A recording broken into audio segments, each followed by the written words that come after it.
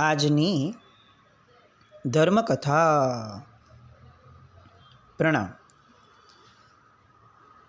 મહારાજા વિક્રમાદિત્ય હેમુ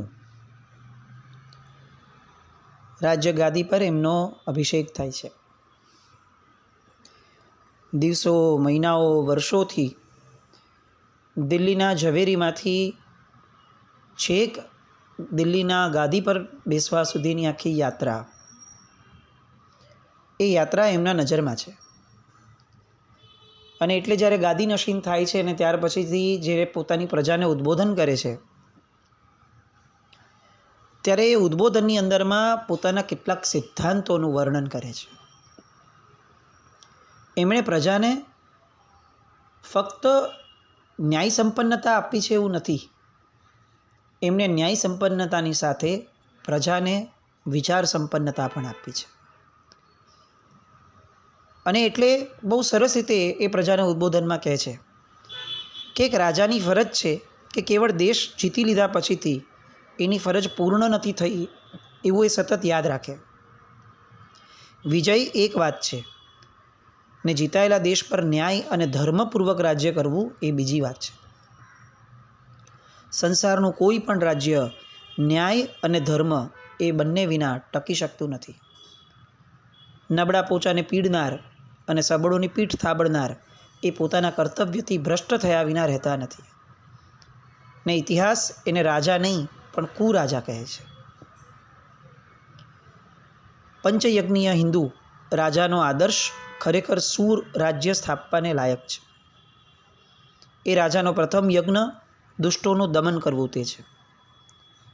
આપણે ત્યાં મનુસ્મૃતિમાં પણ આ કેટલીક વાતો લખેલી છે. અને ચાણક્યની જે કૌટિલ્ય નીતિની વાત છે, કૌટિલ્ય શાસ્ત્ર જે છે, એમાં રાજા તરીકેના જે લક્ષણો છે એની અંદર પણ રાજા કેવો હોવો જોઈએ એની જે ઘણી બધી વાતોમાંથી મુખ્યતયા 5 ગુણોનું જે વર્ણન છે, એ વર્ણનની અંદરમાં પણ જે 5 વાતો આવે છે આપણે અહીંયા એ વાત કરવી છે. રાજાનો પ્રથમ યજ્ઞ એટલે કે પ્રથમ કર્તવ્ય શું છે તો કે દુષ્ટોનું દમન કરવું. તે જે રાજા પોતાના રાજ્યની અંદરમાં રહેલા દુષ્ટોનું દમન નથી કરતો એ રાજા ક્યારેય પણ પોતાની પ્રજાને સુરાજ્ય આપી નથી શકતો. રાજા ગમે તેટલી સમૃદ્ધિ આપે, ગમે તેટલો ન્યાય આપે, પણ દુષ્ટોનું દમન જ ન કરે તો પછી શાંતિ કેવી રીતે સ્થપાશે? તો પછી સજ્જનતાને બળ કેવી રીતે મળશે? એટલે સૌથી પ્રથમ કર્તવ્ય રાજાનું એ છે કે દુષ્ટોનું દમન કરે.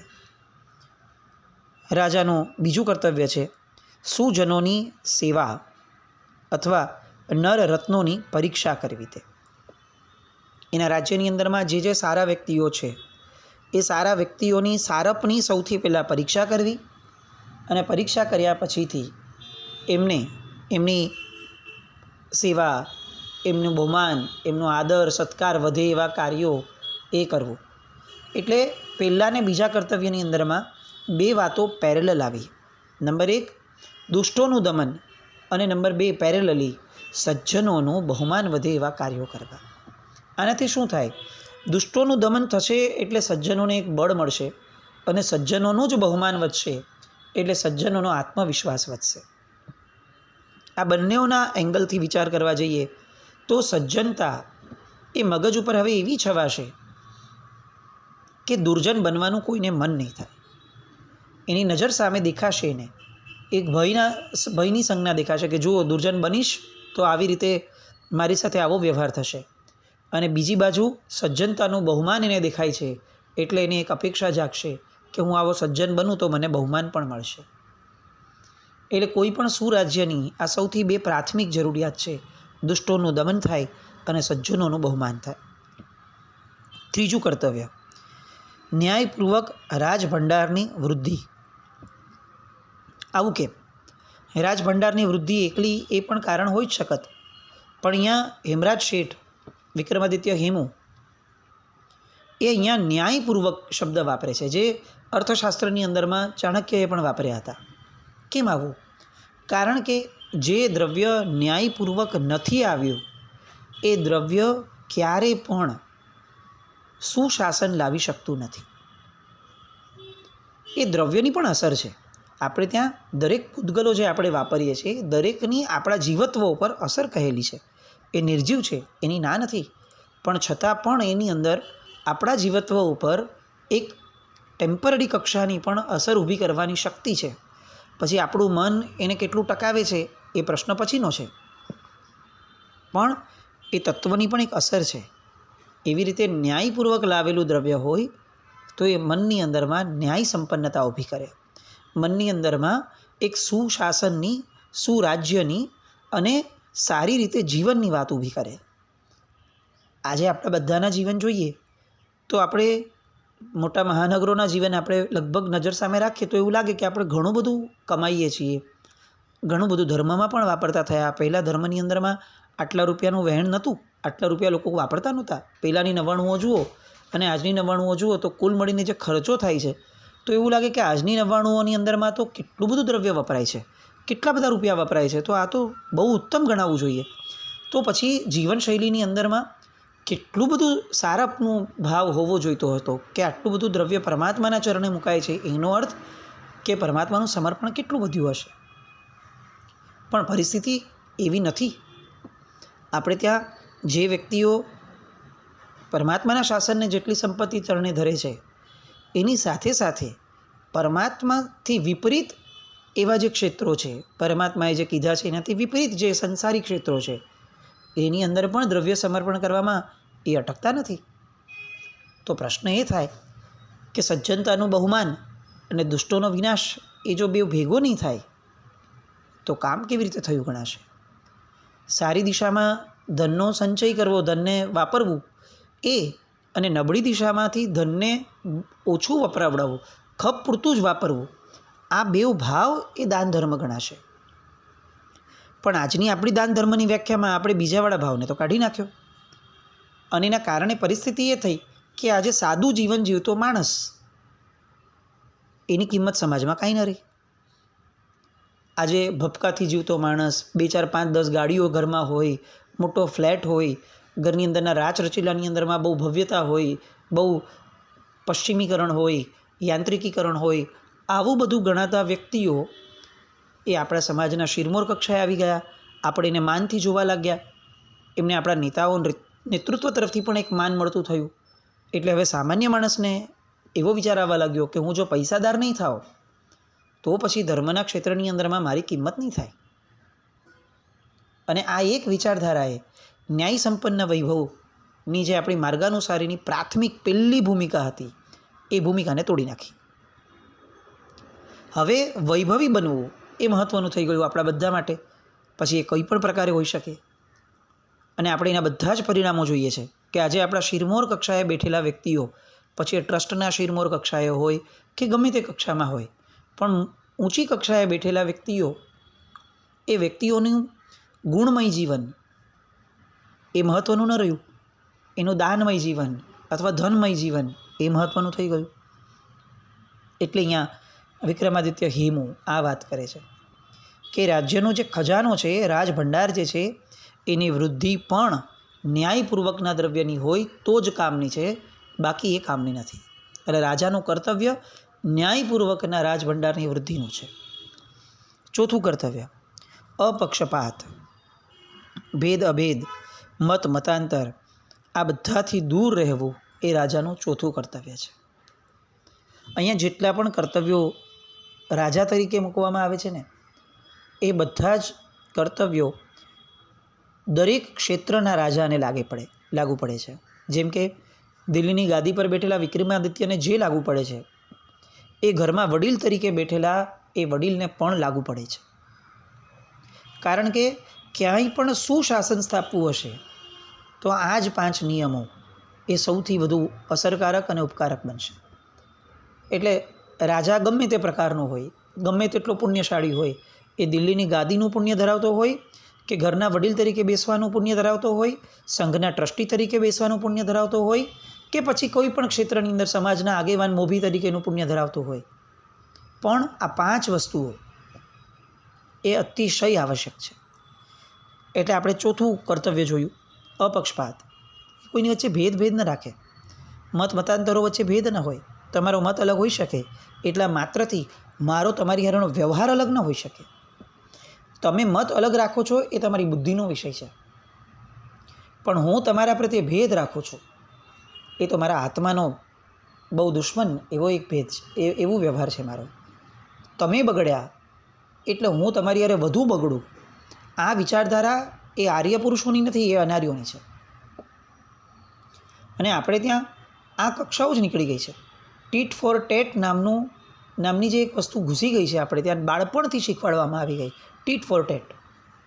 તમે વર્ધમાન સ્વામી ભગવાનના જીવન ચરિત્રમાં ક્યાંય પણ ટીટ ફોર ટેટ લાવો. ચાલો, તમે જેટલા મહાપુરુષોએ કેવળ જ્ઞાન પામ્યું તે ભાવમાં એ બધાના જીવનમાંથી ટીટ ફોર ટેટ ગોતાડીને જુઓ, શોધીને આપો. ક્યાંય નહીં હોય. તો એક બાજુ મોક્ષે જવાની વાત કરવી છે અને બીજી બાજુ ટીટ ફોર ટેટ કરવું છે. આ બે વિપરીત સિદ્ધાંતો કેવી રીતે ચાલશે? પાછું વ્યવહાર જીવનની અંદરમાં આપણે આવું બોલતા પણ થઈ ગયા બાળકોની સામે પણ, કે ભાઈ આવા ન થઈએ ને તો જીવી જ ન શકાય. અરે, આવું બોલનારો માણસ એ ખરેખર મોક્ષલક્ષી જીવનવાળો છે? મોક્ષને સાધ્ય માને છે? એક બાજુ મોક્ષના નામ પર ઉપદાન કરે છે, નવાણુઓ કરે છે, મોટી મોટી ધર્મક્રિયાઓ કરે છે, અને બીજી બાજુ મોક્ષનો સિદ્ધાંત જેના પાયા ઉપર રચાયો છે એ સિદ્ધાંતોનો જ વિરોધી છે. તો આ કેવો ધર્મ છે? આ કેવી માન્યતાઓ છે? આ બધા પ્રશ્નો એ ક્યાંક ને ક્યાંક કેટલાક દંભ તરફ આપણને લઈ જાય છે. અને એટલે જ જીવનમાં ક્યારેય આ અભેદવાળી વૃત્તિ એ હોવી તો ન જ જોઈએ, એ વૃત્તિનું પ્રોત્સાહન પણ ન હોવું જોઈએ. જે આવા ભેદ રાખતું હોય એવા વ્યક્તિઓ પ્રત્યે આપણું પ્રોત્સાહન પણ ન જવું જોઈએ. કારણ કે આપણે ત્યાં કરણ અને કરામણથી આપણે અટક્યો નથી. આ લોકોત્તર શાસન છે, એ તો અનુમોદનને પણ એટલું જ મહત્ત્વ આપે છે. એટલે રાજા એ અપક્ષપાતી હોય, ભેદ અભેદ મતાંતર આ બધાથી દૂર રહેનારો હોય. અને પાંચમું કર્તવ્ય જે રાજાનું છે એ છે દુશ્મનોથી રાષ્ટ્રની રક્ષા કરવી. ફક્ત આ 5 કર્તવ્યો રાજા અગર પોતાના જીવનમાં લાવી દે તો પ્રજા માટે પૂર્ણપણે સુશાસન, રામરાજ્ય એ આવવાનું જ છે. પછી એ લાવવાનું નથી, એ આવી જશે. અને આ બહાદુર સરદારો અને સિપાહીઓ આ બધાનું અદ્ભુત વીરત્વ એ બધાની સાથે આ રાજનીતિ આ પ્રકારની એ બહુ આવશ્યક છે. વિક્રમાદિત્ય હેમુ કહે છે કે એક જમાનો હતો કે જ્યારે હિન્દનું સામ્રાજ્ય એ છેક ખોરાસન પર્વતથી તિબેટ સુધી ફેલાયેલું હતું. આ બાજુ ગઝની અને કંદહાર એ ભારત વર્ષની અંદરમાં જ હતા. હેલમંદ નદીનો પૂર્વનો પ્રદેશ એને હિન્દુસ્તાન કહેવાતો હતો. ગાંધારની રાજકન્યા એ પણ ધૃતરાષ્ટ્રને વરવા આવતી હતી. એટલે આ બધા દ્વારા એટલું સૂચિત થાય છે કે હિન્દુસ્તાન એ બહુ સીમિત ન હતું જેટલું આજે સીમિત થયું છે. આક્રાંતાઓએ આવી અને ઘણા બધા દૂષણો, ઘણી બધી એવી પ્રવૃત્તિ કરી છે કે જે આપણો રાસ કરીને ગઈ છે. પણ આ બધામાંથી સિદ્ધિ આપવી એ રાજાનું પહેલું કર્તવ્ય છે. અને એ એવા વિધાતા બનવાનું કામ એ આ રાજગાદી મારી પાસે કરાવડાવ્યા એવી મારી અપેક્ષા છે. આ કેટલું સરસ છે. આપણે ત્યાં આચાર્ય પદવી પણ થાય ને, ત્યારે પણ આચાર્ય ભગવંતો જેમની પદવી થઈ છે તેઓ પણ આ એક વિનમ્રતાના ગુણને હંમેશા પકડીને રાખતા હોય કે આ મારું બહુમાન નથી, આ પદનું બહુમાન છે. એવી રીતે રાજા બનનાર વ્યક્તિ પણ અહીંયા એ દેખાડે છે કે આ રાજાપણું એ મહાન છે, રાજા બનેલ વ્યક્તિ એ મહાન નથી. આ વ્યક્તિ પૂજાનો ધર્મ જ ન હતો. આ સંસ્કૃતિ ક્યારેય વ્યક્તિ પૂજાની ન હતી, એ પદ પૂજાની હતી. એટલે આ બધી જ વાતો કર્યા પછીથી છેવટે એ આર્ય રાજાઓની જેમ એક રાજ પ્રતિજ્ઞાનો સુંદર શ્લોક બોલે છે. પ્રતિજ્ઞાશ્ચા વિરોહસ્ય મનસા કર્મણા ગિરા પાલયિષ્યામ્યહમ ભૌમમ બ્રહ્મ ઇત્યેવ ચાસકૃત યશ્ચાત્ર ધર્મો નિત્યુક્તો દંડનીતિ વ્યપાશ્યનૈ તમશંક કરિષ્યામિ સ્વવશો ન કદાચન. રાજા એ જ છે કે જે મનમાં મેલ રાખ્યા વગર ખરા અંતઃકરણથી કર્મ અને વચનથી પ્રતિજ્ઞા લે કે મારા દેશને હું ઈશ્વર સ્વરૂપ માનીશ અને મારા દેશની પ્રગતિ માટે હું સદા ઉચિત ચિંતા કરીશ. અહીં જે કાયદા ઉપલબ્ધ છે, નીતિ પ્રમાણે જે કરવું પડે, જે રાજકર્ષણથી વિરુદ્ધ ન હોય તે બધાનું હું આનાકાની વગર હું એને પાળીશ. હું ક્યારેય સ્વેચ્છાચારી સ્વચ્છંદી નહીં બનું. આવી પ્રતિજ્ઞા અહીં વિક્રમાદિત્ય હેમુ આખી પ્રજાની સામે લે છે. વડીલ એ છે કે જે પોતાના સ્વચ્છંદનો ત્યાગ કરાવી અને આદર્શ પૂરું પાડે. વડીલ એ નથી કે જે ફક્ત પોતાની વય કે પોતાના સત્તાના જોરે પોતાનાથી નીચેનાને દબાવે. ના, વડીલ એ આદર્શ જીવન જીવે અને પોતાનો આદર્શ પોતાના આશ્રિતોની સામે મૂકે.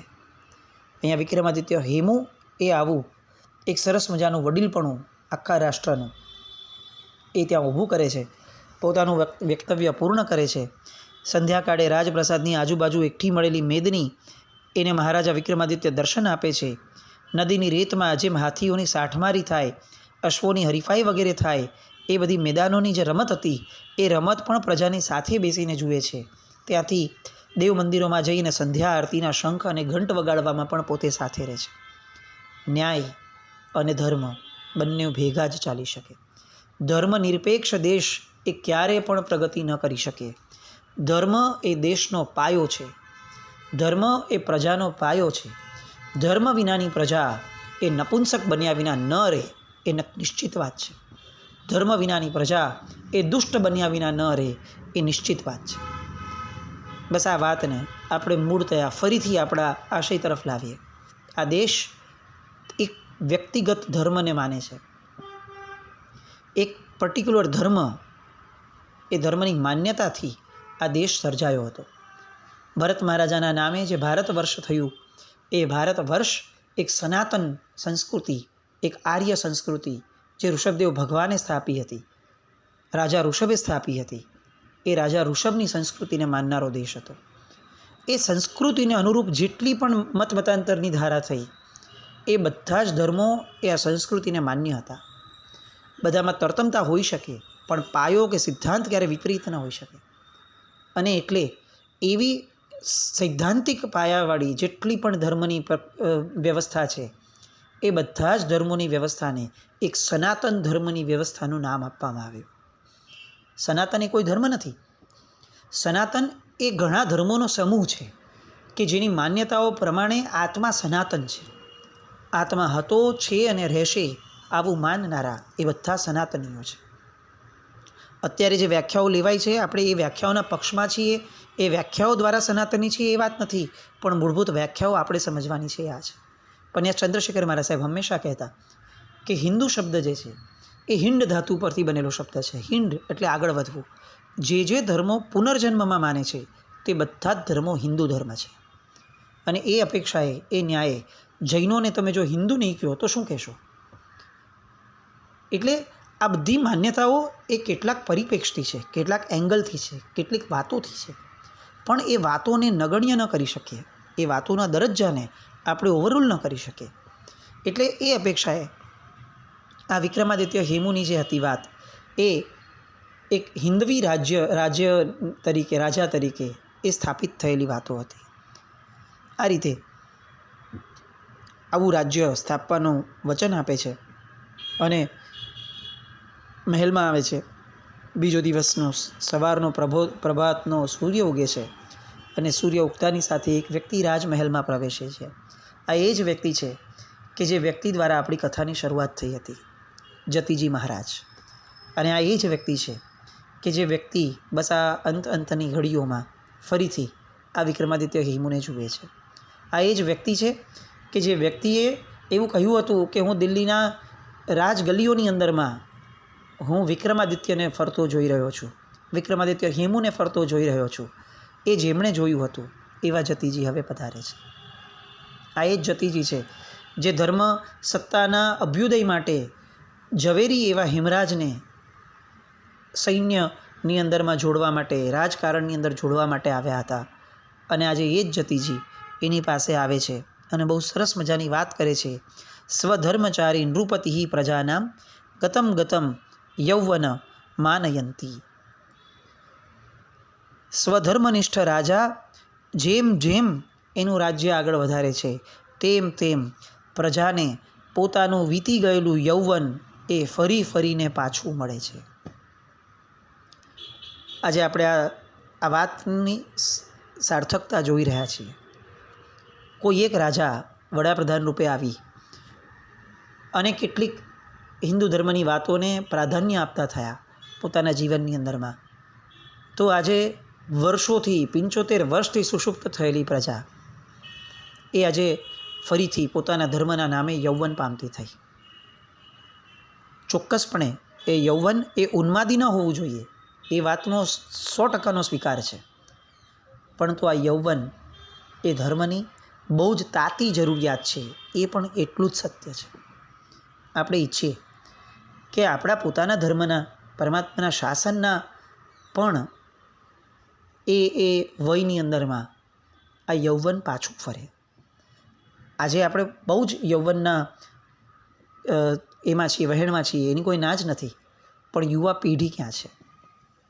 ખરેખર એક પ્રશ્ન થાય કે યુવા પેઢી એ જેટલી શ્રવણપણામાં છે, જેટલે અંશે પણ, શું એટલી શ્રાવકપણામાં છે? બહુ તીખો પ્રશ્ન છે, પણ ખરેખર વિચારણીય છે કે શ્રવણપણાની અંદરમાં જેટલી યુવાન સાધુ ભગવંતોની સંખ્યા છે, શ્રાવકપણાની અંદરમાં શું આપણે એટલી જ સંખ્યા કમસે કમ લાવી શકશું, મૂકી શકશું? એક એક જિનાલય, એક એક સંઘ શું એવું કહી શકશે કે અમારી આવતી પેઢી અમારી પાસે તૈયાર છે? આટલા ભવ્ય જિનાલયો, આટલા ભવ્ય ઉપાશ્રયો એ આવી રીતે કમસે કમ આવતી એક પેઢી 25-30 વર્ષ સુધી એ ટકી જ રહેશે એવો અમારી પાસે વિશ્વાસ પણ છે અને પ્રોવિઝન પણ છે, એવું કહી શકીએ તો બહુ આનંદની ઘટના છે. અને જો ન કહી શકાય તો ચિંતાની ઘટના છે. કેટલાક ક્ષેત્રો બહુ જ આગળ વધ્યા, એનો આનંદ હોવો એ બહુ સારી વસ્તુ છે, પણ મહત્ત્વના ક્ષેત્રોમાં આપણે પાછળ પડ્યા છીએ, એ વાત આપણે ભૂલવી ના જોઈએ. બસ આવું કંઈક યૌવન, પરમાત્માનું શાસન એ પણ એવું જ પામે એવી શુભ મંગલ કામના સાથે હવે આવતીકાલે વિક્રમાદિત્ય હેમુ આ રાજગાદી પર નશીન થયા પછીથી એની સ્થિતિ યુદ્ધની શું આવે છે, એ બધી વાતને જોવા માટે મળીએ. જીનાજ્ઞા વ્રત કંઈ પણ બોલાય તો મિચ્છામિ દુક્કડમ.